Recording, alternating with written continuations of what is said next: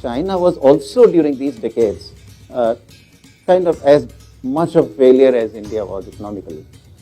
Yet it seems that somehow China was able to pull its weight a little more than we were able to. That's an understatement, but yes.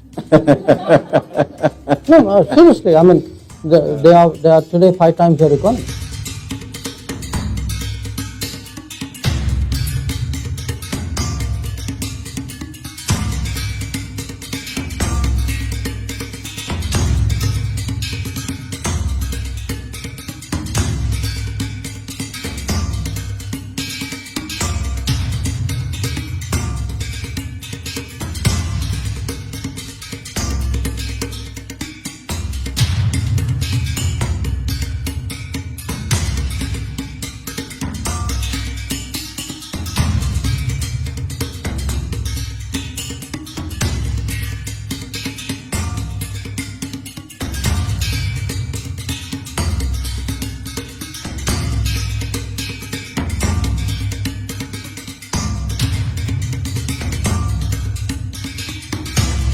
There were 3 big things which went wrong for us. One was, of course, at the start, the partition. The second was the delay in exercising the nuclear option. And the third was the delay in the economic reforms. So, China not only did not get partitioned, actually China grew in this period, territorially. China exercised its nuclear option early, 1964.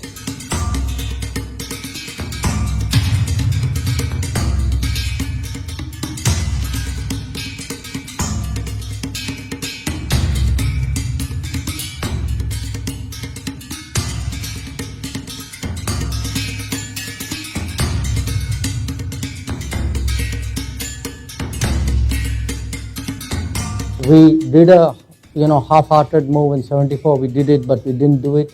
So we had to do it all over again in 98. And that's, 74 was tough enough, but by the time you stretched it to 98, you actually created a big burden on yourself and also allowed Pakistan to catch up in that period. And of course, for me, the most serious was really the economic reform, because if you look, China, you can say, embarked on its economic reform pretty much after Mao died. So by 1980, 79, China was very clearly set on a course of economic reform. It took us another decade plus.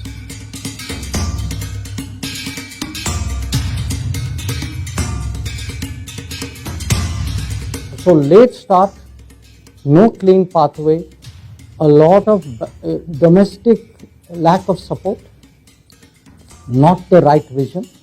I think these were all factors, and I think today correcting that, to me, the Atmanirbhar Bharat is not a slogan. It is actually a corrective of a flawed model of globalization that we pursued for more than 2 decades, and I think which has not served our country well.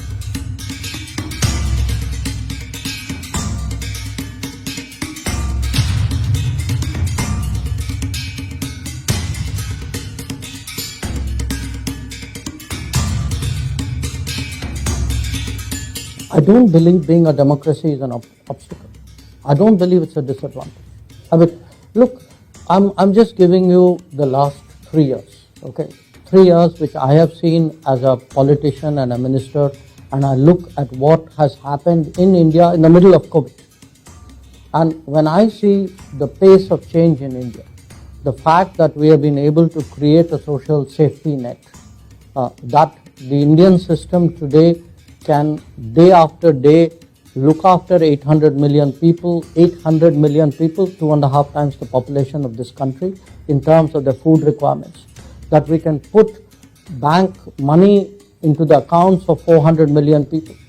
The fact that today we can actually create a health system which people felt is something which a low-income economy cannot do.